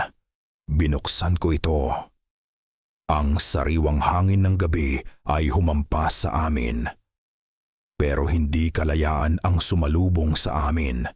Ang buong baryo ay naroon pa rin. Nakatayo na parang mga estatwa. Ang kanilang mga muka ay nakatingin sa aming bahay. Nakita nila kaming lumabas at sa utos ni Kapitan Mateo, humakbang sila pasulong, itinaas ang kanilang mga itak at sibat. Hinarangan nila ang aming daan. Ibinagsak ko ang pinto. Muli kaming nakulong. Tumingin ako sa likod. Sa sala, nakita ko ang halimaw na hinahampas si Lola. Paulit-ulit, bumagsak ako sa aking mga tuhod, kasama si Maya. Nasa isang hawla kami. Sa labas, may mga ngaso. Sa loob, may isang halimaw. At kami ang pain. Ang tanging naririnig ko lang ay ang sarili kong paghinga. Mabilis at mababaw, na parabang ninanakaw ang hangin sa paligid ko. Ang katawan ko ay ayaw gumalaw. Ang isip ko ay ayaw mag-isip. Nakatingin lang ako sa sala, isang manonood sa sarili kong bangungot. Ang laban ay hindi patas. Si Lola Elara, sa kabila ng kanyang tapang, ay isang matandang babae lamang. Ang kanyang katawan ay marupok na. Ang halimaw sa kabilang banda ay isang puwersa ng kalikasan. Bawat hampas nito ay nag-iiwan ng malalim na kalmot sa sahig at dingding. Bawat atungal nito ay nagpapayanig sa buong bahay. Pinipilit ni Lola na itapat ang krus sa mukha ng halimaw. Sa bawat pagdampi nito, ang balat ng halimaw ay umuusok na parang sinusunog. At ito'y umuurong ng may sakit. Pero ang lakas nito ay hindi nababawasan. Sa isang malakas na pag-aspas ng kamay nito, tinabig ng halimaw ang krus. Lumipad ito sa kabilang dulo ng silid, kumalansing sa sahig at nawala sa dilim. Wala ng proteksyon si Lola. Lola! Sigaw ko. Sa wakas ay nakahanap ng boses. Ang sigaw kong iyon ang nagligtas at siya ring nagpahamak sa kanya. Lumingon sa akin ang halimaw. Sa isang iglap, tila nakalimutan nito ang matanda. Ang mga mata nitong pula ay nakatutok sa akin at pagkatapos ay sa akin na nanginginig sa likuran ni Kuya Leo. Nakita ko ang isang bagay na nagbago sa mukha nito. Isang pagkilala. Isang gutom na mas personal. Nakita ni Lola ang pagbabagong iyon. Alam niya kung ano ang susunod na mangyayari. Habang ang halimaw ay humahakbang papalapit sa amin, ginawa ni Lola ang isang bagay na pagdihamad kong nabumbaba na hindi inaasahan. Kahit na hirap na at duguan. Tumakbo siya at niyakap ang halimaw mula sa likuran. Ipinulupot ang kanyang mga braso sa malaking katawan nito. "Ramon! Anak ko, gumising ka!" Sigaw niya. Ang kanyang boses ay basag sa pag-iyak. Ang halimaw ay natigilan. Tila naguguluhan. At sa sandaling iyon ng pag-aalinlangan, isang himala ang nangyari. Ang katawan ng halimaw ay nanginig. Ang mga atungal nito ay naging ungol. Tumingin ito sa kanyang mga kamay na may mahahabang kuko na para bang ngayon lang niya ito nakita. At pagkatapos, tumingin ito sa akin. Ang pula sa kanyang mga mata ay bahagyang kumupas. At sa isang boses na halos tao na, puno ng pagdurusa at kalinawan, isang salita ang lumabas. Maya, isang patak ng luha, maitim at malapot na parang dugo, ang tumulo mula sa kanyang mata. Takbo! Iyon na. Iyon na ang aking tiyuhin. Nakakulong sa loob, pero naroon pa rin siya. Lumalaban. Ngunit ang sandali ay hindi nagtagal. Ang kalinawan sa kanyang mga mata ay biglang napalitan ng isang mas matinding galit. Ang katawan nito ay muling nanigas. Ang pagiging tao ay muling nilamon ng gutom. Umungal ito ng malakas, isang tunog ng pagtataksil, at sa isang marahas na paggalaw, inihagis nito si Lola Elara mula sa kanyang likuran. Tumama si Lola sa pader ng may malakas na kalabog. Ang tunog ng nabaling buto ay malinaw sa aking pandinig. Bumagsak siya sa sahig at hindi na gumalaw. "Lola!" Sabay naming sigaw ni Kuya. Sinubukan ni Kuya na tumakbo palapit sa kanya. Pero huli na. Ang halimaw na ngayon ay ganap nang nagbalik sa pagiging isang purong bangungot ay lumingon sa kanya. Sa isang mabilis na paghampas, tinamaan nito si Kuya sa dibdib. Tumalsik si Kuya Leo na parang isang basahan, bumagsak sa tabi ko. Kinalog ko siya pero ang mga mata niya ay nakapikit. Walang malay. Ngayon, ako na lang. Nakatayo ako nanginginig sa pagitan ng walang malay kong kapatid, ng nag-aagaw buhay kong lola, at ng halimaw na dati kong tiyuhin. Ang halimaw ay huminga ng malalim na parang sinasamyo ang aking takot. Dahan-dahan itong lumapit. Bawat hakbang nito ay isang paghatol. Wala nang pagpipilian. Wala nang matatakbuhan. Lahat ay nawala. Ipinikit ko ang aking mga mata. Naghihintay sa hindi maiiwasan. Ngunit sa halip na ang sakit ng mga kuko at pangil, isang liwanag ang tumagos sa aking mga talukap. Iminulat ko ang aking mga mata. Sa sahig, si Lola Elara, gamit ang kanyang huling hininga, ay gumapang. Narating niya ang bagnos, ang kutsilyong buto, na nahulog malapit sa kanya. Tumingin siya sa akin. Ang kanyang mga mata ay nagsasabing patawad. At pagkatapos, sa isang huling desperadong kilos ng pag-ibig at sakripisyo, itinarak niya ang kutsilyo sa sarili niyang puso. Habang ang dugo ay bumabalong mula sa kanyang dibdib, bumigkas siya ng mga huling salita, hindi sa sinaunang wika, kundi sa Tagalog. Isang dasal, isang utos. Sa dugo ko, tinatapos ko ang utang. Sa kaluluwa ko, itinatali kita. Isang nakakasilaw na puting liwanag ang sumabog mula sa katawan ni Lola. Ang liwanag ay napakatingkad, Napakabanal na para bang isang bituin ang sumabog sa loob ng aming bahay. Ang halimaw na si Tio Ramon ay hindi umaray sa sakit. Sumigaw ito. Isang sigaw na hindi ko pa narinig kailanman. Isang sigaw ng pagkawala. Isang sigaw na parang isang kaluluwang pinunit mula sa isa pa. Na para bang ang huling piraso ng kanyang pagkatao ay sapilitang kinuha mula sa kanya. At ang naiwan na lang ay isang walang lamang sisidlan ng purong, walang katapusang kadiliman. Ang liwanag ay dahan-dahang naglaho at ang naiwan ay isang katahimikang mas nakakabingi pa kaysa sa mga sigaw. Nakatayo ako nanginginig sa gitna ng sala. Ang aking mga mata ay nakapako sa katawan ni Lola Elara.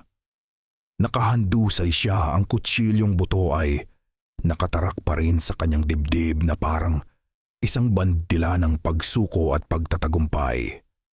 Ang kanyang mukha ay payapa na. Na para bang sa wakas ay natagpuan na niya ang kapahingahang matagal na niyang hinahanap. Niyakap ko ang kanyang walang buhay na katawan. Walang luha. Tila naubos na ang lahat ng iyon. Ang tanging naramdaman ko ay isang malawak at malamig na kawalan. Ang sakripisyo niya. Hindi ko ito lubos na naiintindihan, pero naramdaman ko ang bigat nito sa aking kaluluwa. Isang paggalaw ang pumukaw sa aking pansin. Ang halimaw, si Tio Ramon. Nakatayo pa rin ito sa gitna ng silid, kung saan ito iniwan ng liwanag. Hindi na ito umaatungal. Hindi na ito gumagalaw. Nakatitig lang ito sa kanyang mga kamay. Ang mga kamay na may mahahabang kuko, mga kamay na pumatay sa sarili niyang ina. Dahan-dahan, itinaas nito ang kanyang ulo. Ang kanyang mga mata ay hindi na pula. Ang mga ito ay dalawang itim na butas. Walang laman, na parang mga bintana sa isang bahay na inabandona na. At pagkatapos, isang bagay ang nangyari na hindi ko inaasahan. Isang tunog ang lumabas mula sa kanyang lalamunan. Isang hikbi. Isang tunog ng isang taong nasasaktan ng sobra-sobra, na kahit ang pag-iyak ay halos imposible na. Ang sakripisyo ni Lola. Hindi nito pinatay ang halimaw. Ginawa nito ang isang bagay na mas malala. Ikinulong nito ang demonyo sa loob ng katawan at kasabay nito, ibinalik nito ang kaluluwa ni Tio Ramon, isang taong bilanggo sa loob ng isang halimaw na katawan, isang bangungot na mas masahol pa sa kamatayan. Tio Ramon? Bulong ko. Ang boses ko ay halos hindi marinig. Tumingin siya sa akin.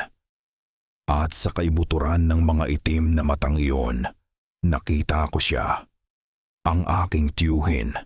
Nakita ko ang sakit, ang pagsisisi, ang horror sa sarili niyang anyo. Sa sandaling iyon, isang malakas na kalabog ang yumanig sa pintuan sa harapan.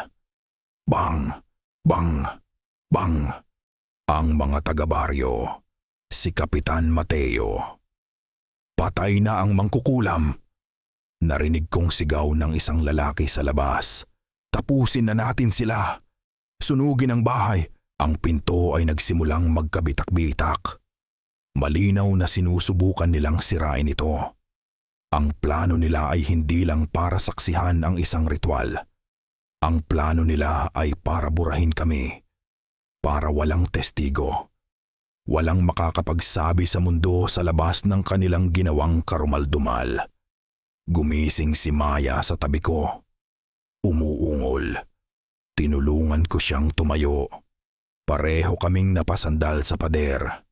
Napapaligiran. Ang pinto ay bumigay. Bumukas ito ng malakas. At pumasok si Kapitan Mateo.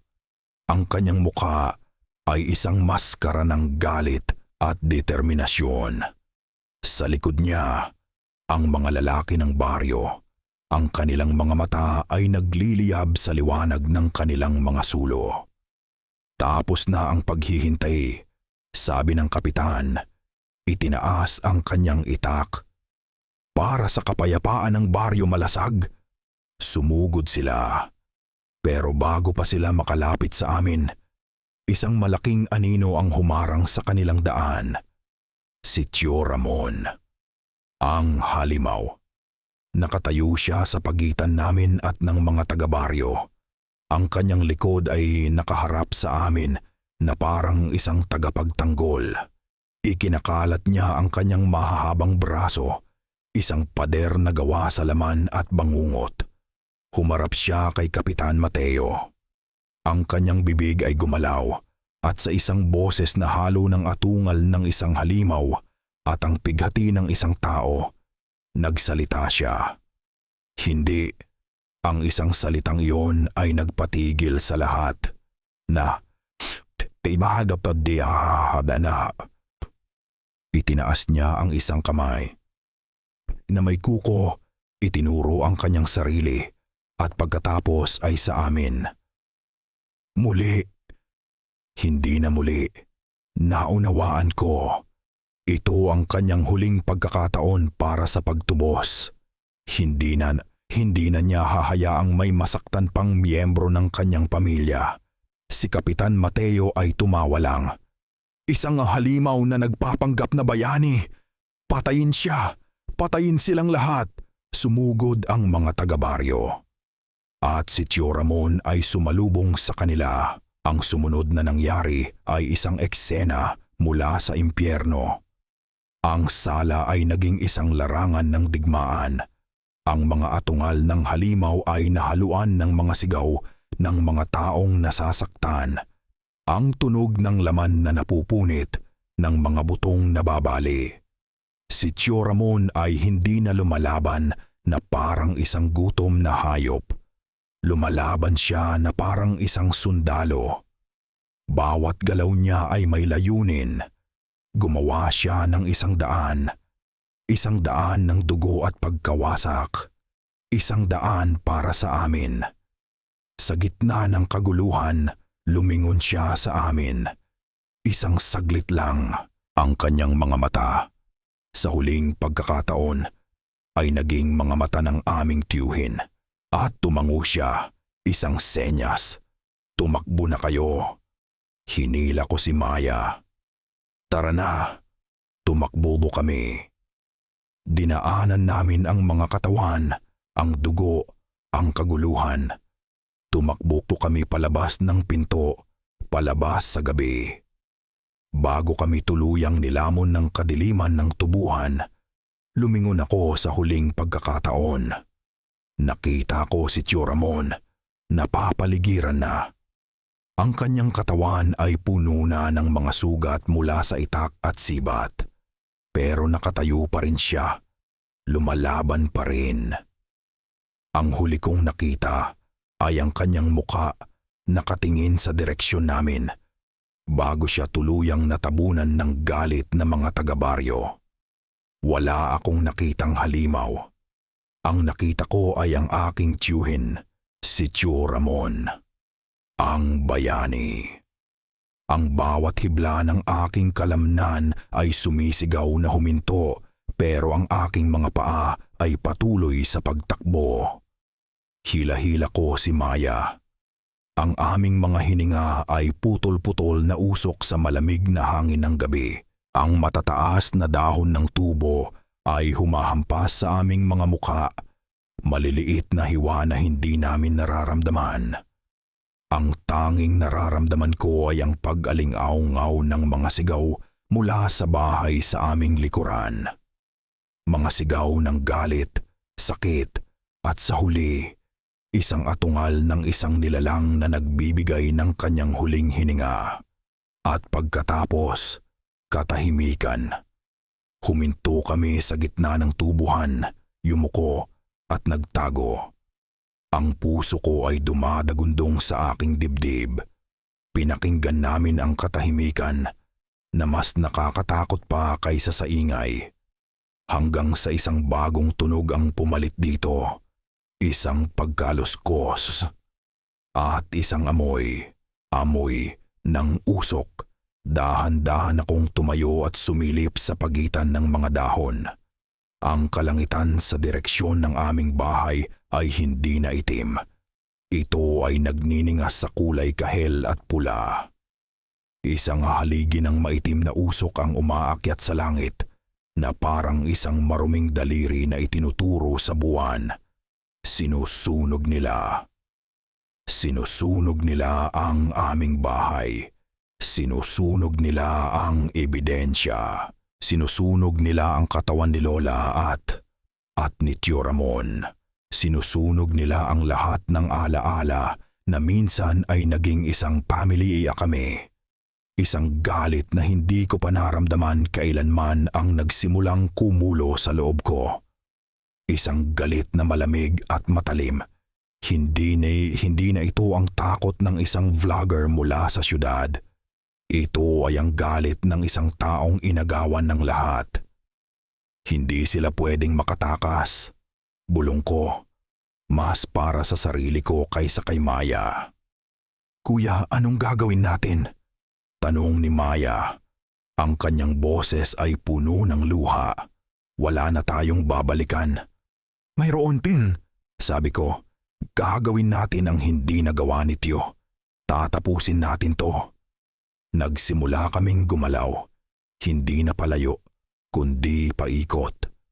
Sa gilid ng tubuhan, paralel sa daanan, sinusundan ang liwanag ng mga sulo. Alam kong hahanapin nila kami. Hindi sila titigil hanggat hindi nila kami nahuhuli. Para sa kanila, kami ang huling mga hibla ng isang kwentong kailangang burahin. Hindi nagtagal, narinig namin sila. Mga boses, si Kapitan Mateo, nagbibigay ng utos. Hanapin niyo sila. Huwag hayaang makalabas ng baryo ang mga bata. Bawat sulok ng tubuhan, halugugin. Naghiwa-hiwalay sila sa maliliit na grupo. Isang pagkakamali. Ang kanilang lakas ay nasa kanilang dami kapag nag-isa. Sila ay mga ordinaryong tao lang. Mga magsasaka. Mga mangingisda. Mga mamamatay tao. Nakita ko ang isang bagay na kumikinang sa lupa. Isang itak. Siguradong nahulog ng isa sa mga taga-baryo sa gitna ng kaguluhan. Dinampot ko ito. Ang bigat nito sa aking kamay ay nakakapanibago. Hindi ko pa ito nagamit sa buong buhay ko, pero sa sandaling iyon, naramdaman ko na ito ay isang extension ng aking galit. Maya, manatili ka sa likod ko. Bulong ko, kahit anong mangyari, huwag kang hihiwalay. Tumango siya. Ang takot sa kanyang mga mata ay napalitan ng isang desperadong determinasyon. Ilang minuto kaming naghintay sa dilim na parang mga predator. Hanggang sa isang anino ang dumaan sa aming harapan. Isang lalaki, nag-iisa, dala ang kanyang sulo. Sinundan namin siya tahimik. Ang aming mga paa ay halos hindi lumilikha ng tunog sa malambot na lupa. Nang siya ay nasa sapat ng layo mula sa iba, kumilos ako. Lumabas ako mula sa mga tubo at hinampas ang kanyang kamay, gamit ang patag na bahagi ng itak. Nabitawan niya ang sulo na bumagsak sa tuyong mga dahon sa lupa. Bago pa siya makasigaw, itinutok ko ang dulo ng itak sa kanyang lalamunan. Nasaan si Kapitan? Tanong ko. Ang boses ko ay malamig at walang emosyon. Nanginginig ang lalaki. Hindi makapaniwala sa kanyang nakikita. Ang vlogger na taga Maynila, ngayon ay isang mangangaso sa dilim. Hindi ko alam. Idiniin ko ang itak. Huwag kang magsinungaling sa akin. Sa lumang gilingan. Sa tabi ng ilog. Doon ang tagpuan namin. Bago pa ako makapag-isip, isang malakas na palo mula sa likod ang tumama sa akin. Nahilo ako at bumagsak. Si Maya ay sumigaw. Dalawa pa sa mga tauhan ng kapitan ang lumitaw mula sa kadiliman, pero habang sinusubukan kong bumangon, may napansin ako. Ang sulong nahulog. Ang apoy ay kumakalat na sa mga tuyong dahon, gumagapang papunta sa mga tubo ng asukal. Ang tubuhan ay tuyo dahil sa mahabang tag-init. Isang malaking kahon ng panggatong. Isang ideya. Isang desperado at mapanganib na ideya ang nabuo sa aking isipan.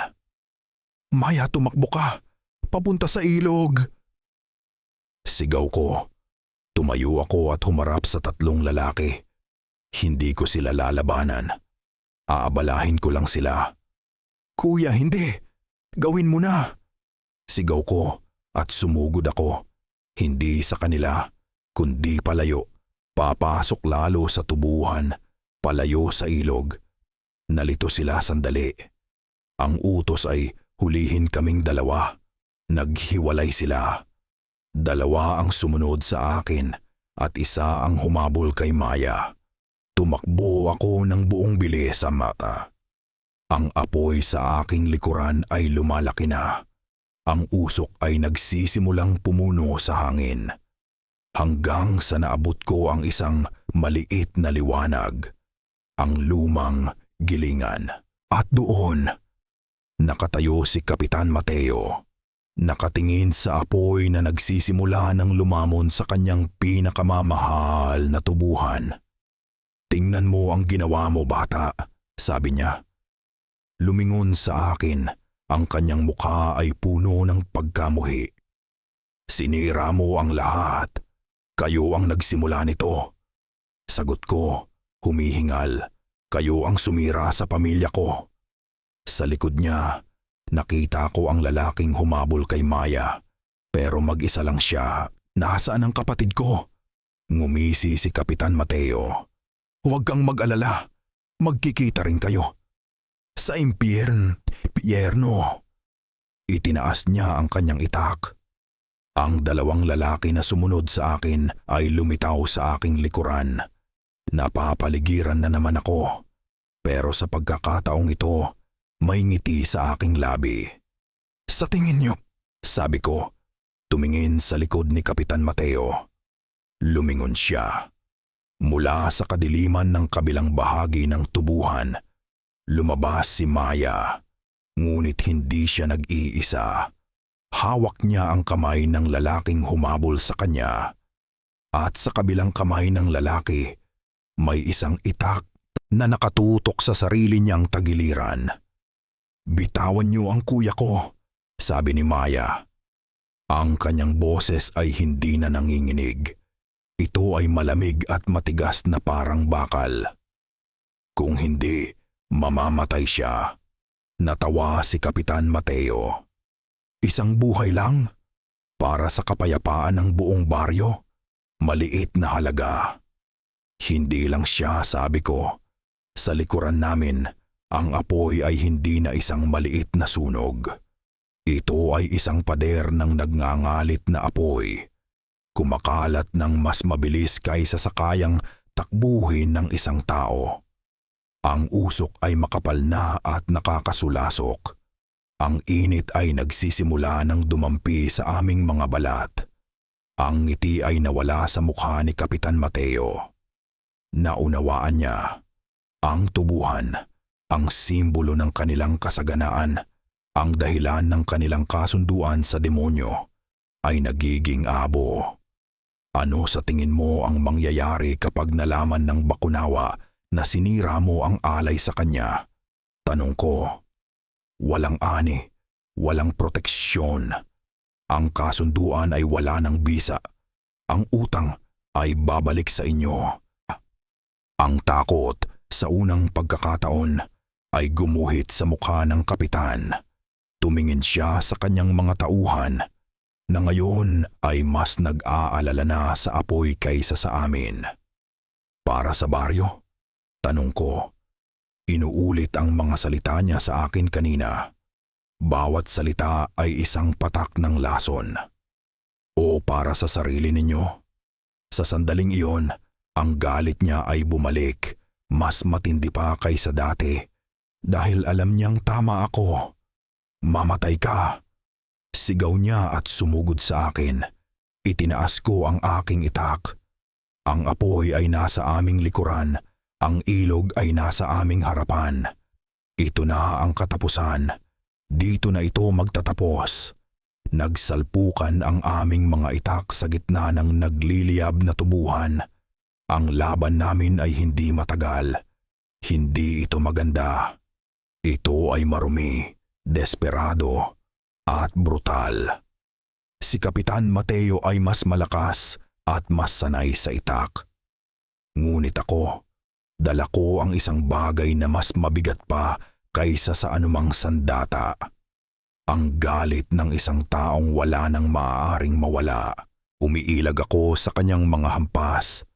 Gumugulong sa lupa, ginagamit ang aking pagiging mas mabilis para makaiwas.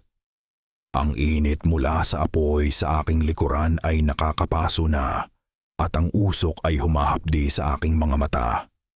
Isang hampas niya ang dumaplis sa aking braso, gumuhit ng isang mahabang, mainit na linya ng sakit. Napasigaw ako, pero hindi ko binitawan ang itak. Sa kanyang pag-atake, nakita ko ang isang pagkakataon. Nang itaas niya ang kanyang itak para sa isang huling, malakas na hampas. Sumugod ako, hindi palayo, kundi papasok sa ilalim ng kanyang braso. Ibinuhos ko ang lahat ng natitira kong lakas, lahat ng sakit para kay Lola, lahat ng sakripisyo ni Tio Ramon, lahat ng takot ni Maya. Sa isang saksak, ang tunog ay hindi malakas. Isang mahinang tunog lang ng laman na napupunit. Natigilan si Kapitan Mateo. Ang kanyang mga mata ay nanlaki sa gulat. Dahan-dahan, yumuko siya at tiningnan ang hawakan ng aking itak na nakabaon sa kanyang tiyan. Tumingin siya sa akin. Ang galit sa kanyang mga mata ay dahan-dahang naglaho, napalitan ng isang blangkong pagtataka. At pagkatapos, bumagsak siya. Una sa kanyang mga tuhod at pagkatapos ay pasulong, ang kanyang mukha ay sumubsob sa lupa. Natahimik ang lahat.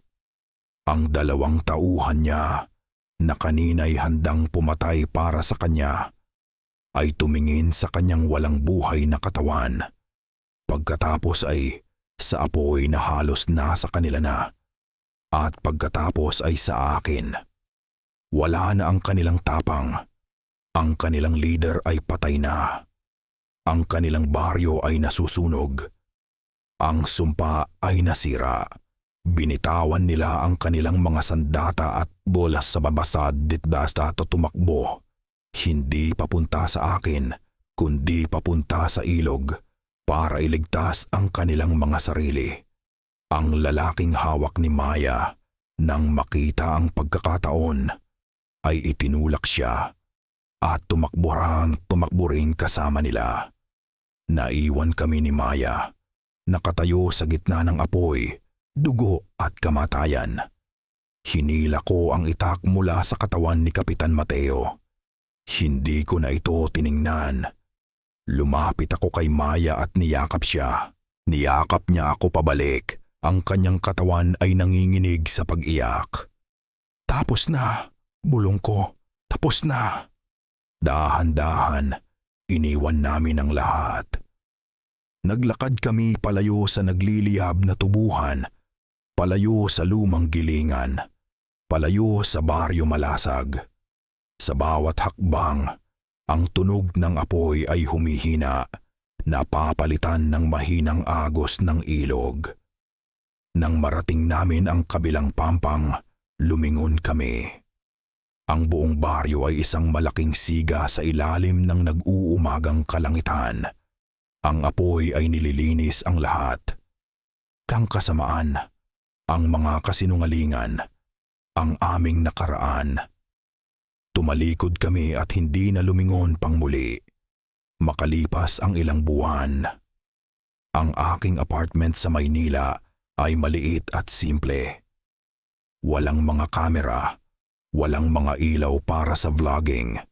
Tahimik. Binuksan ko ang aking laptop. Ang aking YouTube channel, Leo's Ventures, ay naroon pa rin. Libu-libong mga subscribers. Daan-daang mga komento na nagtatanong kung nasaan na ako. Isa-isa, pinindot ko ang delete. Ang video sa Baguio, delete. Ang food trip sa Pampanga, delete. Ang surfing sa La Union, delete. Hanggang sa isa na lang ang natira. Ang pinakauna. New series premiere, Back to Basics in Barrio Malasag. Pinanood ko ito sa huling pagkakataon.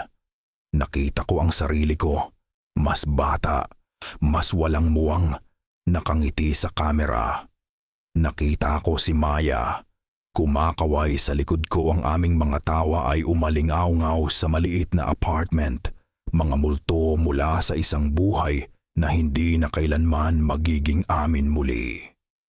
Sa likuran namin, ang malaking puno ng balete, ang mga bahay na parang kalansay. Ang simula ng lahat, pinatay ko ang video bago ito matapos. At pinindot ko ang huling delete. Nawala na. Burado na. Na para bang hindi ito kailanman nangyari. Isasara ko na sana ang laptop nang isang tunog ang nagpatigil sa akin. Isang mahinang tunog. Kaskas, kaskas. Galing sa pintuan ng aking apartment. Nanlamig ang aking dugo. Ang lahat ng balahibo sa aking batok ay tumindig. Imposible. Nasa 12 palapag ako. Dahan-dahan akong tumayo. Naglakad ako papunta sa pinto. Ang bawat hakbang ay mas mabigat kaysa sa nauna. Sumilip ako sa peephole. Wala. Walang tao sa labas. Isang mahabang walang laman na pasilyo. Bumuntong hininga ako. Guni-guni ko lang. Stress, trauma, yun lang. Hahakbang na sana ako palayo sa pinto nang marinig ko ito muli. Sa pagkakataong ito, hindi isang paggaskas, isang bulong. Mahina, halos hangin lang, ngunit malinaw na malinaw sa aking pandinig.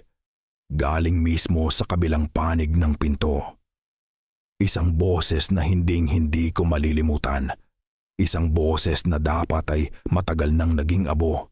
Kasama ng nasunog na baryo. Leo,